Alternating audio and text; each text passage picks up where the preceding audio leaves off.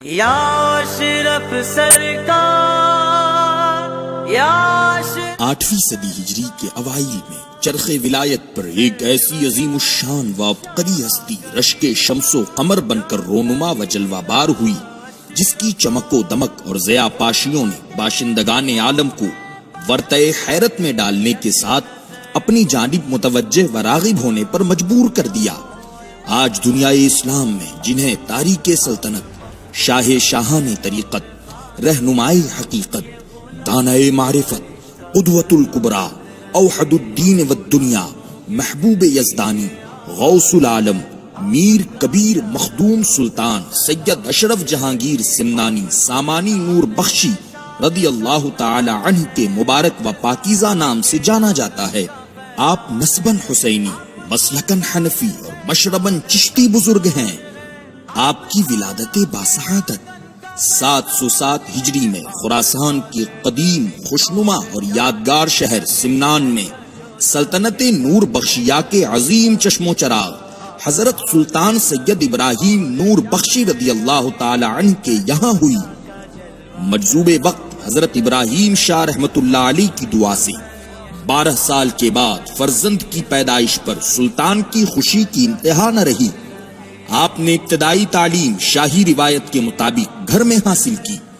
محض 7 سال کی عمر میں قرأت سبع کے ساتھ قرآن پاک کو حفظ کر لیا اور 14 سال کی عمر میں جملہ مروجہ معقول و منقول علوم پر عبور حاصل کر لیا۔ روحانی تربیت کے لیے حضرت خواجہ علاء الدولہ سمنانی رضی اللہ عنہ کی خدمت میں حاضری کو معمول بنایا۔ اسی دوران آپ کے والد سلطان سید ابراہیم کی وفات ہو گئی اور بادل ناخواستہ تخت شاہی کو سنبھالنا پڑا۔ فقر و درویشی کی طرف میلان کی وجہ سے تخت حکومت راس نہ آیا۔ بالآخر حضرت خضر علیہ السلام کے ایما پر ترک سلطنت کر کے اپنے برادر خرد حضرت سید عارف محمد کو سریر سلطنت پر مطمئن کیا اور خود فقر و عرفان کی راہ اختیار کی۔ چنانچہ والدہ ماجدہ حضرت بی بی سیدہ خدیجہ رضی اللہ تعالی عنہا کی خواہش کے مطابق شوکت شاہانہ و دبدبہ خسروانہ کے ساتھ نشان و نقارہ اور 12,000 فوج کے ہمراہ نکلے۔ اس وقت والدہ ماجدہ نے دعا دی، ملک عرفاں پہ کامیابی ہو، ملک عرفاں پہ کامیابی ہو، فقر کی راہ طے شتابی ہو۔ 3 منزل کے بعد سب کو رخصت فرما کر تنے تنہا ہندوستان کا رخ کیا اور سمرقند کے راستے نواحی ملتان کے قصبہ اوٹ شریف پہنچے اور حضرت سید جلال الدین مخدوم جہانیہ جہاں گشت رضی اللہ تعالی عنہ سے ملاقات ہوئی۔ وہاں پر آپ نے چند دن قیام کیا۔ اس دوران مخدوم جہانیہ جہاں گشت نے آپ کو نعمت باطنی سے سرفراز کیا اور فرمایا، ملی نعمتیں مجھ کو جتنے ولی سے، ملی نعمتیں مجھ کو جتنے ولی سے، عطا کر دیا تم کو شوق دلی سے۔ اور ارشاد فرمایا، فرزند اشرف جلدی کرو، برادرم علاء الحق والدین گنج نبات آپ کا شدت سے انتظار کر رہے ہیں۔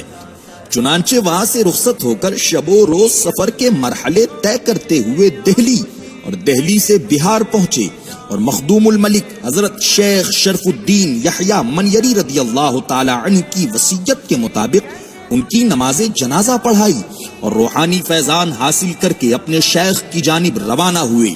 جب شیخ کی نگری پنڈوا شریف کے قریب پہنچے تو شیخ علاء الحق والدین گنج نبات رضی اللہ تعالی عنہ نے اپنے خلفاء و مریدین کے ہمراہ آگے بڑھ کر استقبال کیا اور کمال اعزاز کے ساتھ خانقاہ لائے۔ شیخ نے ارشاد فرمایا، فرزند اشرف جب سے آپ نے شہر سمنان چھوڑا ہے اور جتنی منزل طے کی ہے میں ہر منزل میں آپ کے ساتھ رہا ہوں۔ پھر شیخ نے آپ کو چشتیہ روایت کے مطابق بیعت کی اور اپنی عظیم خلافت و اجازت سے بھی سرفراز فرمایا۔ حضور مخدوم سمنان 12 سال تک اپنے مرشد و مربی کی صحبت و خدمت میں رہے اور خوب اکتساب فیض کیا۔ پھر شیخ کی اجازت لے کر سیر عالم کے لیے نکلے اور پوری دنیا کا دورہ فرمایا۔ اس دوران لاکھوں لوگوں کو راہ راست پر گامزن فرمایا اور مختلف زبانوں میں ہزاروں کتابیں تصنیف فرمائی۔ سیر و سیاحت اور ترویج و اشاعت کا سلسلہ اسی طرح کئی سال تک جاری رہا۔ اسی دوران ایک مرتبہ آپ کی آمد خراسان کے شہر حامہ شریف میں ہوئی، جہاں پر آپ کی خالہ زاد بہن رہتی تھی جو اولاد غوث اعظم حضرت سید عبد الغفور حسن جیلانی رضی اللہ عنہ سے منسوب تھی۔ ان کے گھر تشریف لے گئے اور چند دن قیام فرمایا۔ قیام کے دوران ایک 12 سال کا سعادت مند لڑکا آپ کی خدمت میں پیش رہتا اور آداب کو ہمہ وقت ملحوظ خاطر رکھتا۔ استفسار پر پتا چلا کہ یہ خالہ زاد بہن کا فرزند اور اپنا ہی بھانجا ہے جس کا نام سید عبد الرزاق ہے۔ حضور مخدوم سمنا نے اس شہزادے کی والدین سے بکمال محبت و عنایت ارشاد فرمایا، اگر یہ فرزند مجھے سپرد کر دیں تو میں اس کی عمدہ تعلیم و تربیت کا انتظام کروں گا۔ والدین نے بخوشی و رضا اپنے فرزند سید عبد الرزاق کو آپ کے حوالے کر دیا۔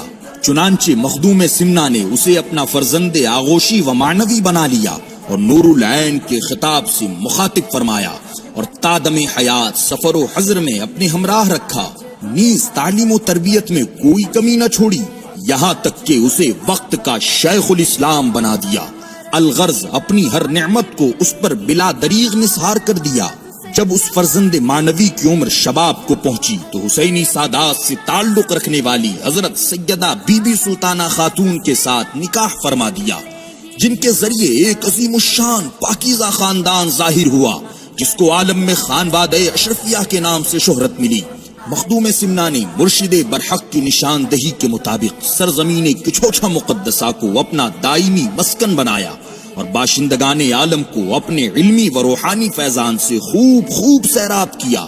بالآخر 25 محرم الحرام 828 ہجری کو آپ نے اپنے تمام تر امور فرزند دلبند حضرت سید عبد الرزاق نور العین رضی اللہ تعالی عنہ کو سپرد فرما کر خلوت نشینی اختیار فرما لی اور بموجب قضائے الہی چرخ ولایت کا یہ نیر تابع شریعت و طریقت کو بام عروج پر پہنچا کر 28 محرم الحرام 828 ہجری کو حضرت شیخ سعدی شیرازی رحمت اللہ الباری کے اس فرحت آفزاں و دل آویز شعر یار خندار اود بجانی بے یار کو سنتے ہوئے عالم بقا کی طرف رحلت فرما گئے۔ انا للہ و انا الیہ راجعون۔ اور پھر سرزمین کچھوچھا مقدسہ کو آپ کی آخری آرام گاہ ہونے کا شرف حاصل ہوا۔ اسی سبب سے پاکیزہ بارونق اور روحانی ماحول سے لبریز روح آباد کا خطہ سلطنت باطنی کا مرکز قرار پایا، جہاں پر صدیوں سے خلائق کا ہجوم لگا رہتا ہے۔ ہر کے آمد بردرد امیدوار، برنگردد تا نیابت مدعا۔ اس شعر کے مصداق ہر آنے والا ضرور اپنے دامن کو گوہر مراد سے پر کرتا ہے۔ یہ دربار اشرف جہانگیر ہے، در پاک کی خاک اکسیر ہے، جھکایا ادب سے یہاں جس نے سر، ہوا دو جہاں میں وہی نامور، بسے اشرفی تو بسد جان دل، غلامی میں ہو شاہ کے مشتغل۔ بنے بنے کے اشرف میرے آج دلہا بنے، آج دلہا بنے، آج دلہا بنے ہیں۔